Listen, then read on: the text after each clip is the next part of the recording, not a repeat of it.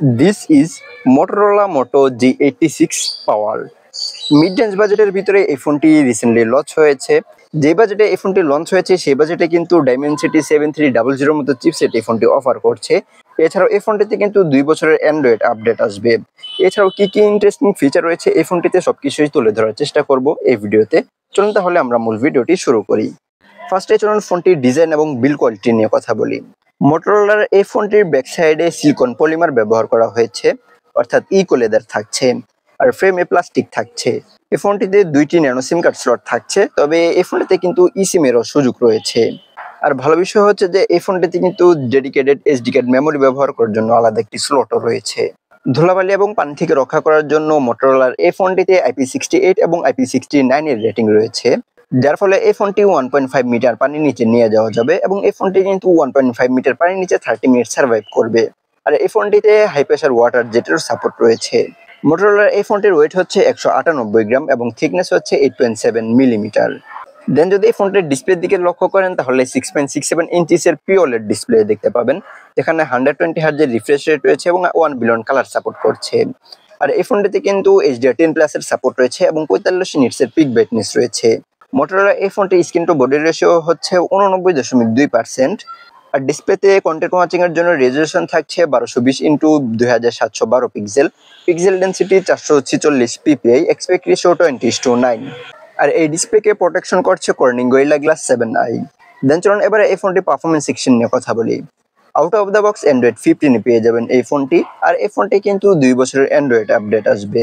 আর এই ফোনটি রান করার জন্য গ্লোবালি চিপসেট হিসেবে ব্যবহার করা হয়েছে মিডিয়াটেক ডাইমেনসিটি 7300, যেটি 4 ন্যানোমিটার ফেব্রিকেশনে তৈরি করা। আর ইন্ডিয়ান ভার্সন বা ইন্ডিয়ার জন্য এই ফোনটিতে কিন্তু চিপসেট হিসেবে থাকবে মিডিয়াটেক ডাইমেনসিটি 7400, যেটিও 4 ন্যানোমিটার ফেব্রিকেশনে তৈরি করা। গ্লোবাল ভার্সনে 8 কোর সিপিইউ থাকছে, যেখানে 4x25 GHz Cortex A78 এবং 4x2.0 GHz Cortex A55 থাকছে। আর ইন্ডিয়ান ভেরিয়েন্ট যেটি রয়েছে সেখানে ওক্টা কোর সিপিইউ থাকছে বা 8 কোর সিপিইউ থাকছে, যেখানে 4x2.6 GHz A78 এবং 4x2.0 GHz A55 থাকছে। আর জিপিইউ হিসেবে থাকছে মালি G615MC2। 4টি র্যাম রোম ভেরিয়েন্টে পাওয়া যাবে। এই ফোনটি বেস ভেরিয়েন্ট শুরু হবে 8GB র্যাম 128GB রোম থেকে। এছাড়াও 8GB RAM 256GB ROM, 8GB RAM 512GB ROM, 12GB RAM 512GB Rome.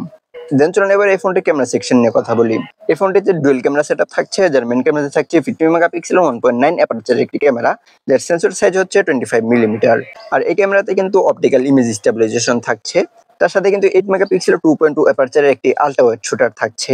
মোটরোলার এই ফোনটিতে সর্বোচ্চ 4K 30 fps এ ভিডিও রেকর্ড করা যাবে, আর 1080p 120 fps এ ভিডিও রেকর্ড করার সুযোগ থাকছে। আর এই ফোনটিতে সেলফি তোলার জন্য 32 মেগাপিক্সেল 2.2 অ্যাপারচারের একটি ক্যামেরা থাকছে। সেলফি ক্যামেরাতে সর্বোচ্চ 4K 30 fps এ ভিডিও রেকর্ড করা যাচ্ছিল।